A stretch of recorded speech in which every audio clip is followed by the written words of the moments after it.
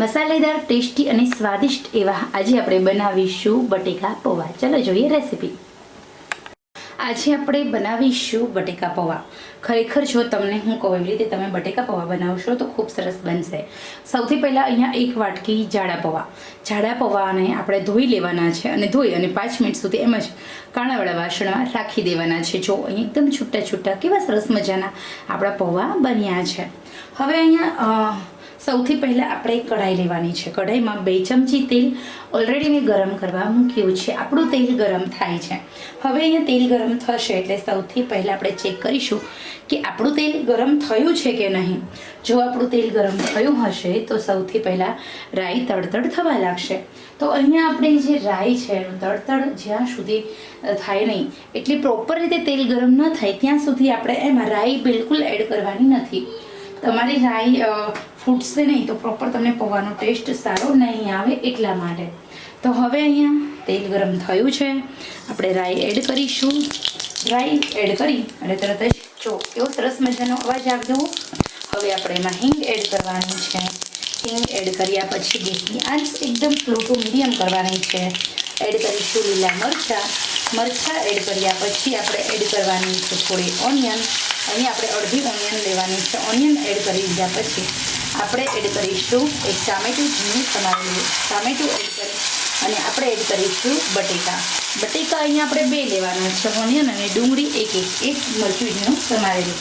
અને સાથે સાથે હવે આપણે બધા મસાલા કરીએ. તો મસાલામાં સૌથી પહેલાં આપણે નમકથી શરૂઆત કરીએ.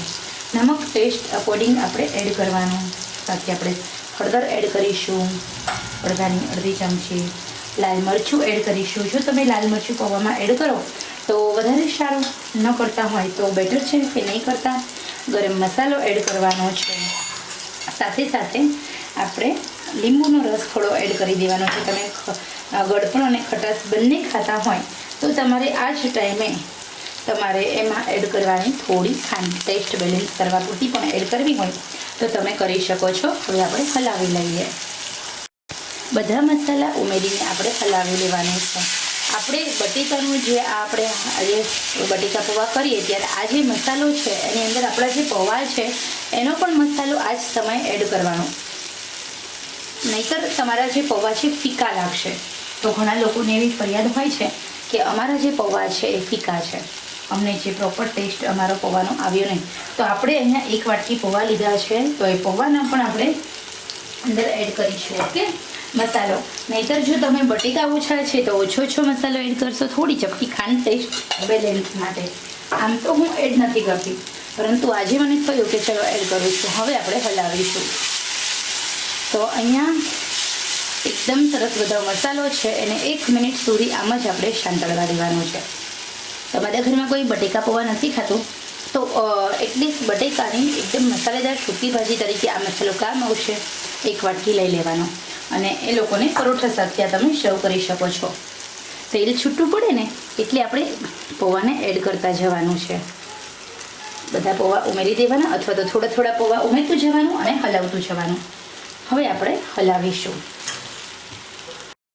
તો અહીંયા એકદમ સરસ મજાના ગરમા ગરમ આપણા બટેકા પૌવા એકદમ રેડી છે. તૈયાર થયેલા બટેકા પૌવા તમે સવારે નાસ્તાના ઓપ્શનમાં ખાઈ શકો છો, ડિનરના ઓપ્શનમાં ખાઈ શકો છો.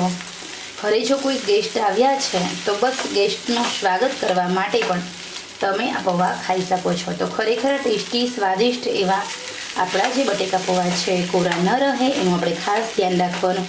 અને જ્યારે પણ તમે હલાવો છો ત્યારે ગેસની આંચ એકદમ મીડિયમ કરવાની છે. તો ટેસ્ટી એવા બટેકા પૌવા બનીને રેડી છે. કોથમીર વડે ડેકોરેશન કરીશું અને સર્વ કરીશું. તો છે ને એકદમ ઇઝી રેસીપી.